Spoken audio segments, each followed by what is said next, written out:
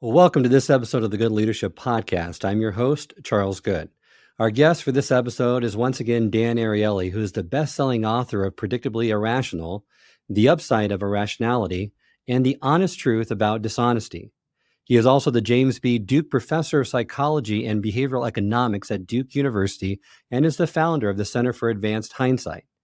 In this second part of my conversation with Dan, he continues to unpack the nature of our opinions, how they're formed, and how the forces of misinformation can distort them.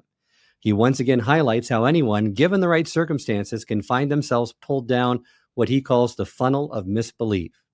In this final part of my conversation, we explore the remaining two elements of the funnel of misbelief, focusing on personality and social dynamics.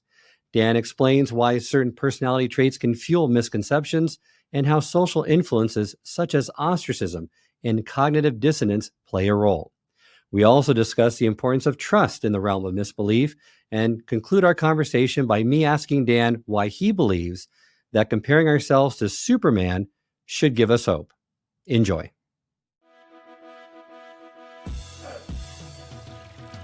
Welcome to the Good Leadership Podcast, where we engage with esteemed thought leaders and explore research-backed strategies and techniques that empower leaders at every level to achieve meaningful results that drive lasting change.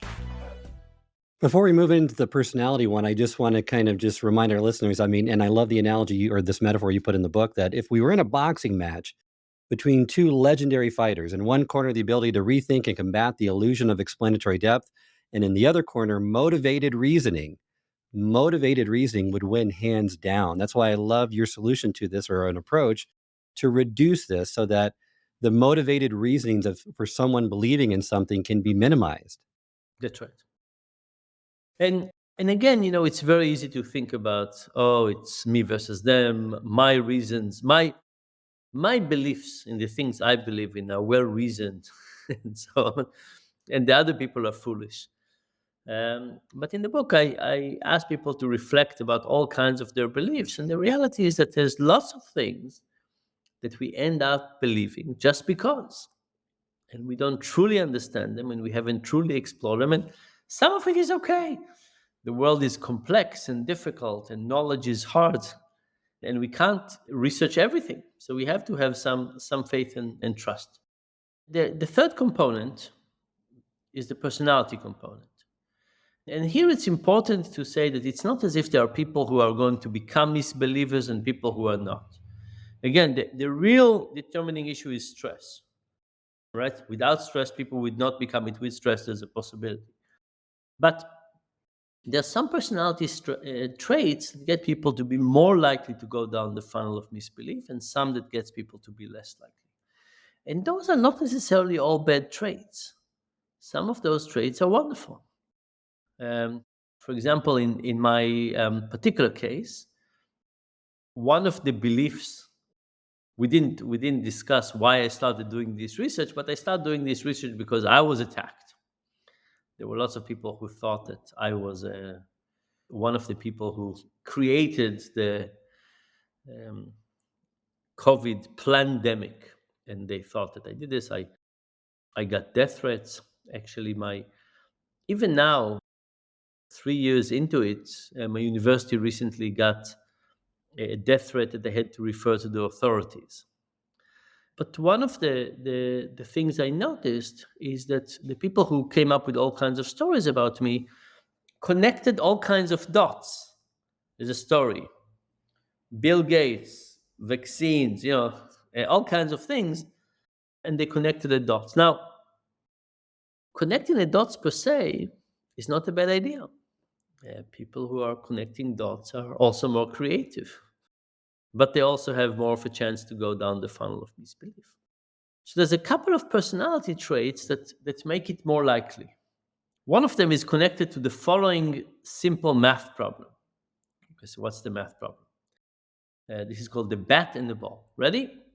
A baseball bat and a baseball ball cost together $1.10. A baseball bat and a baseball ball cost together $1.10. The bat costs $1 more than the ball. The bat costs $1 more than the ball. How much does the ball cost? Now, when you give people this question, the first thing that pops to people's mind is 10 cents. Why? We have $1, $1.10, and so on, 10 cents. And some people, it pops to their mind and they say 10 cents. And some people check themselves.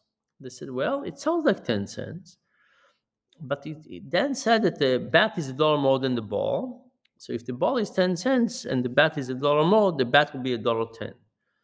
But together they'll be a dollar 20. And Dan said together they're a dollar 10. So that doesn't work. Maybe it's 5 cents and a dollar 5. Yes, the difference is a dollar and together they're a dollar 10.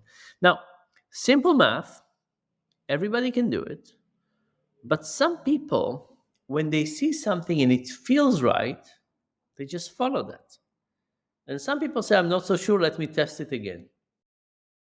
Again, you can think about very successful people who would have a good intuition and follow it, right? And you can think about very successful people who would have an intuition and say, let me check it and be sure.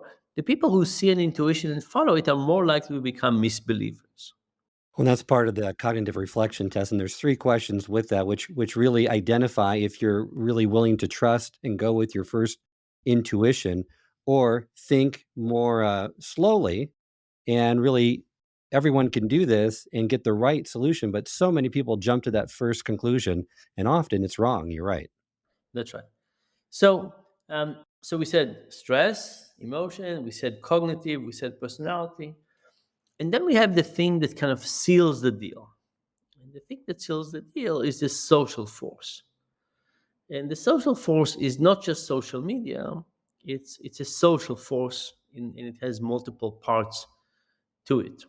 And the first part of the social component is the idea of ostracism. And Ostracism has a beautiful history in terms of research. And the guy who first looked at it is describing the following story. He's saying how he went for a walk with his dog in the park. And all of a sudden, a frisbee fell next to his feet. He picked up the frisbee, threw it to the person that was playing. And to his surprise, the person threw it back to him. And they kept on playing for a few minutes. And all of a sudden, they stopped throwing it to him. And he described how he felt offended. He felt ostracized. Now, he didn't know these people. He didn't come to play the park with them. They owed him nothing. But nevertheless, he felt ostracized. And like every good social scientist, he observed that. He said, let's me experiment with this. And he created an experiment in which a participant was invited to the lab, but they were asked to wait outside. And as they were waiting outside, there were 2 other research assistants. And in half the case, the 2 other research assistants joined this participant. One of them picked a ball and they tossed the ball between the 3 of them for 10 minutes. In the other case, it was all the same. They would toss the ball for 5 minutes, not for 10 minutes. And then for the remaining 5 minutes, they would toss the ball between the 2 research assistants, not tossing it to the research assistant, to the real participant. So we had some people that played for 10 minutes and felt part of the process. And half the people played 5 minutes and then felt ostracized for 5 minutes. And the question was, what would be the difference between those people when they came into the lab? And the results show that basically everything good about humanity went down. They were less optimistic. They were less kind. They gave less to charity. They helped other people less. They cheated more. Feeling ostracized is a very, very painful situation. And I don't know about you, but when I started thinking about misbelief and ostracism, I realized that I have done lots of bad things. And in particular, there was a phrase that I used to love called, what is the color of the sky in your world? And when people would come to me with some strange theory, I would use that phrase. And I thought it was slightly funny, but in retrospect, I think they thought it was very offensive. And if you think about somebody in your circles who is stressed, things are not going well for them, Maybe they feel they've lost their job for no good reason, or they got sick, or something happened. And they start playing with some alternative theories. And they come to us and they start expressing those ideas. Telling them what color is the sky in your world is not the supportive, kind behavior that we would want. It's a behavior that says, go away from here. Right? I'm rejecting you. And of course, that brings us to the next part, which is that once we reject people in today's world, they have places to go. And in particular, the places they have to go are usually online. And today, online, you can find a community that believes in anything you want. So they find a community. And all of a sudden, they feel supported and loved. And they don't need us. They don't need the people in the workplace anymore. By the way, another comment about the workplace. When one of the things that the workplace creates is a group of people that we trust and respect, that if they express different opinions, we listen, right? Because if I work with a group of people and half are on one political spectrum and half are on the other, I can't just discount them. I know these people. I know them well. I've worked with them. I respect them and so on. It actually forces a better conversation. But in a world in which we don't have to meet these people, and we basically go to an online group of only people who are like minded, it's easier, it's simpler, we don't have to confront ideas we don't believe. But it creates a very unhelpful information bubble. But the story doesn't end there, it gets worse. And how does it get worse? It gets worse because of something we call shibolet.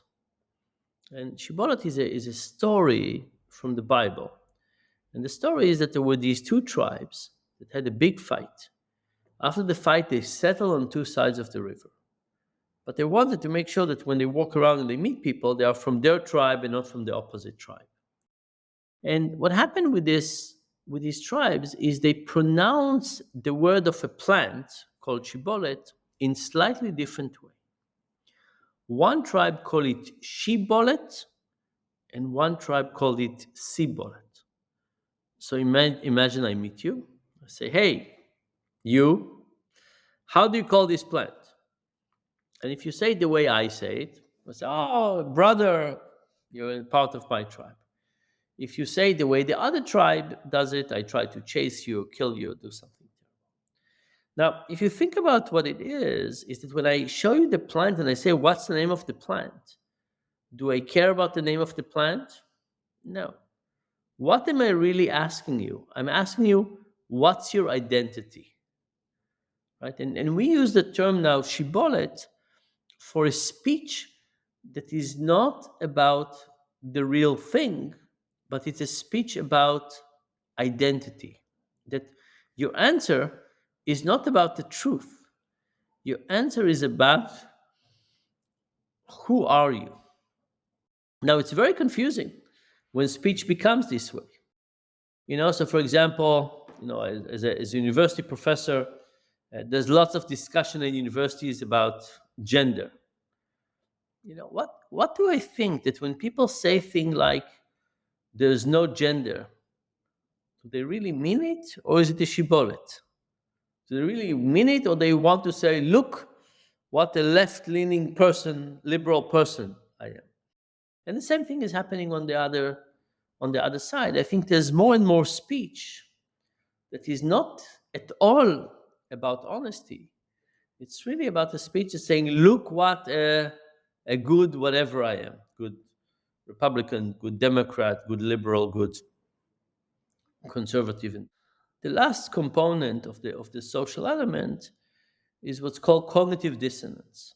And everybody heard about cognitive dissonance. We all use the term, but we don't always use it right. So let's remind ourselves about the basics of cognitive dissonance. So the story of cognitive dissonance is that Leon Festinger heard that there was this woman who said that on a particular date, the earth will be flooded and destroyed. And only her supporters would stay alive because the aliens would come and would save them. Okay. And Festinger wondered what would happen the next day when her followers would wake up and realize the world did not get destroyed. How unhappy would they be? Now, think about two types of followers. Think about on the fence followers. People who said, I'm not sure if this woman is correct or not correct, but let me hang out around here anyway, just in case. And diehard followers that sold their property and gave everything away and said goodbye to their families and so on. Who would be more upset? You could say the diehard followers will be more upset. These are the people that lost more because they trusted her. They sold their property, they said goodbye, they did all kinds of things. But Festinger thought the opposite would happen. He thought that the people who were on the fence said, you know what? We're on the fence. We weren't sure. We showed up. She's not a true prophet. Let's go home. But he said that the diehard followers would have a cognitive dissonance. Their actions of giving up, selling, saying goodbye, and so on, how could they reconcile it with nothing happened? Now, they gave their property, they said goodbye, they can't undo it. What would they do? They would change their beliefs. And what they end up doing, and he was correct, is they ended up saying that she's actually the one who saved the earth. So they couldn't say, oh, I was wrong. They said, oh, she is so amazing, even more amazing than what we thought. In fact, she's the one who saved the earth with her insight and this and so on. She's the one who saved it. And they spent more time with her and helped her raise more followers and raise more money and so on. And the idea of cognitive dissonance is that it's very hard for us to admit mistakes. And once we act in a certain way, our preferences in that direction become stronger. Now, what that means is that if people start going down a certain misbelief, it's going to be very hard for them to say, oh, we were wrong. Let's change it. By the way, it's wrong for all of us, it's difficult for all of us. And instead, what is much more likely is people would strengthen their beliefs and expand those. So that means that if somebody adopted misbeliefs on cancer, on vaccines, on COVID, on global warming, on whatever, voting, it's going to be very unlikely they'll say one day, oh, we were wrong. Instead, what they would most likely do is further strengthen their beliefs. And every time they act, every time they post something, they do something, they go to demonstrate, they write something, it actually would strengthen their beliefs. Now, all of this I think, is a very compelling story of thinking about what we have, as humanity, what we have created, and what a dangerous trap for information and knowledge and misbelief we have created. But the bigger picture in all of this is, of course, trust. And as we said, misbelief is about not just about believing in something that is wrong, it's about adopting a perspective that is a suspecting perspective about life. What else are they not telling us? Who else is trying to get me? When we think about belief in God, God is usually good. Yes, sometimes there's a devil, sometimes there's a competition, but mostly if you believe in God, you believe the world is mostly good, with some deviations. But being a misbeliever is actually a very tough weight. You wake up in the morning and you believe that there's a cabal of evil people that is out there to get you.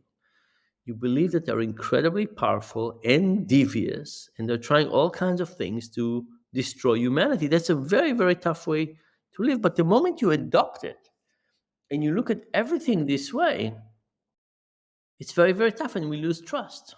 Now, society, to a very large degree, is working on trust in all kinds of ways. We trust that somebody inspected the elevators. And we trusted that somebody inspect the lettuce that we buy, it was actually washed. And we trust that somebody is controlling the fertilizers for the fruit that we eat. Yeah, the banks are going to give us our money. The amount of trust that we have, it's unbelievable.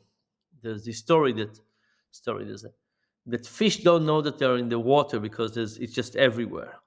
I think in the same way we don't understand how much trust we have because it's everywhere. The moment you start thinking about it, you realize, oh my goodness. Just think about how much trust we have in our cars. You're driving 60 miles per hour in something, and you feel, you trust that if you press the brake, it will work, or if you turn the wheel, it would. I mean, it's kind of amazing, right? Not to mention we're on planes and all kinds of things. So what do we do in society when we have misbelief? And misbelief is really about the erosion of trust. How does that work for us? And once that spiral of mistrust begins, someone needs to make the first move, right, to break that cycle, which means extending trust rather than doubling down on mistrust. But in our social relationships, the question is really who should make that first move? When I started writing this book, I thought I'll have a chapter on solutions. As you know, I don't have a chapter on solution. I have these sections called Hopefully Helpful, in which I think there's some things we can do now, but I think that the problem is bigger than I thought, more urgent, and I think we have to figure out that it's a big problem and we should make it a priority. But your question, I think, is on all levels. So, for example, think about romantic love between partners. I think that if one person loves the other person more and becomes more vulnerable, the other person can in turn discover more love in them. Okay, what is the potential of love? We can bicker and ego protect and this, or we can say we can declare love, we can create trust, we can do this. And I think every couple could do better, but one person has to start trusting and being vulnerable and expressing love and so on. And the same thing is true for our world. Where is the trust is coming from? Now, when we think about companies, um, one of the things that companies do unintentionally to show lack of trust is bureaucracy. Companies come to you and they say, okay, you can go and have lunch, but I need 16 different documentation and a video of the whole thing. And plus, I have all these documents. I don't really trust you. I don't really care about your time. I don't want to do anything different. So, whether it's individual to individual, romantic love, friendship, family, work, relationship with the government, trust is needed. And I think that the entity with the more power in the relationship should be the one who show trust first.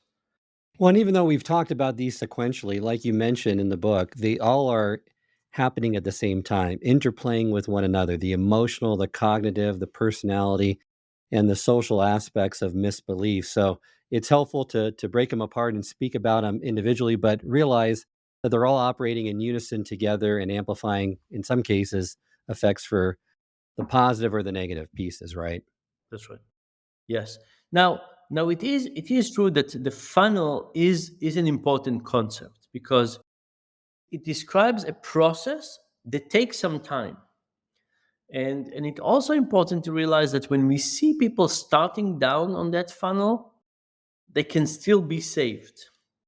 But if we wait too long and all the four elements are strong and they already have all of their friends are in the from misbelievers and so on, then it's very, very hard to push them back. So like lots of things, we have to pay attention to the early signs, like in healthcare.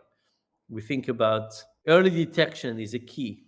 The same thing is true for misbelief. Early detection is a key. That's important. And you end the book, which I love, is, what gives you hope is the comparison to Superman. This comparison between Superman and regular humans might be somewhat discouraging, but there's another way to look at it. Yeah, yeah. So we look at Superman and say, "Oh, Superman is so capable. We're so fragile." But we've gone such a long way. We can fly planes.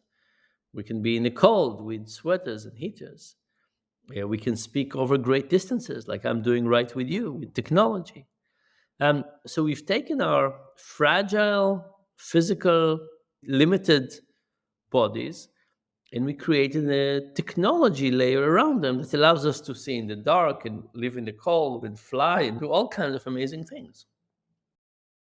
What about our cognitive system? Our cognitive system is just as fragile as our physical system, maybe even more.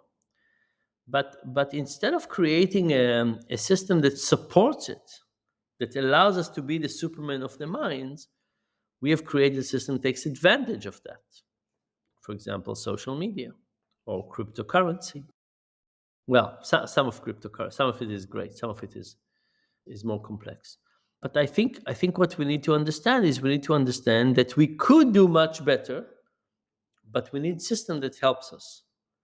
And the moment we understand it, for example, we've said a few not so pleasant things about social media in this discussion. I'm not against social media. I think getting people to know each other, making it easy to communicate with other people from other parts of the world, there's lots of potential good things about it, but the details are crucial. And the details have to be details that fit with our ability and enhance, make us more like Superman rather than make us less like Superman. And I think we can get there. But the first thing we have to do is we have to realize we're not going in the right direction and we have to fix some things. And it's easy to see that in other people, but to bring them out of that funnel sooner, it's probably harder to do so in yourself. But ultimately, realizing that you can be just as susceptible as anyone else. You have a great example of the anatomy of a conspiracy theory and how easy it is to believe when you add social proof, video proof, and expert testimony into it so that people feel compelled and drawn into that funnel quite easily.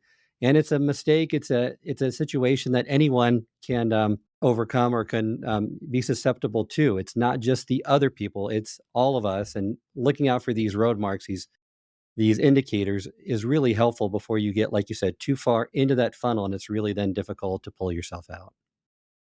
Absolutely. So that's the positive side. We can do better on the individual level. We can help the people around us. I think a organization and companies have things to do. And then on the bigger level, we have to make it a top priority. In 10 years ago, you asked me what are the challenges that are facing humanity. Misinformation would not have been one of them. If you ask me now, I think that almost anything we want to do, unless we fix this problem, we're not going to be able to do together. Absolutely, completely agree. Before we end each episode, I always like to ask the final question, and that's a call to action. What would you recommend our listeners doing first to identify for themselves or for others when they're susceptible or going into that funnel of misbelief? So I would say two things. The first thing I would say, if you are experiencing a lot of stress in yourself or you think other people, that's a very worrisome starting point. The second thing I would say is work on your own resilience. Work on your own resilience. Invest in your social connection, invest in your resilience. It's one of the best protections against the ups and downs of life, including the temptation to go down the funnel of misbelief. Well, thank you so much, Dan, for joining me today. Really appreciated our conversation. Remind our listeners how they can get in contact with you and learn more about your work. So I have a website, danariely.com, DANARIELY.com. Lots of things there. I hope this episode has provided you with valuable insights. If it has, I ask you to share it with someone who would also benefit from it. If you've been enjoying and gaining knowledge from this podcast, then subscribe to our YouTube channel where you can find all the previous episodes of the podcast and additional learning resources. You can also subscribe to the podcast on Apple or Spotify and leave up to a 5-star review.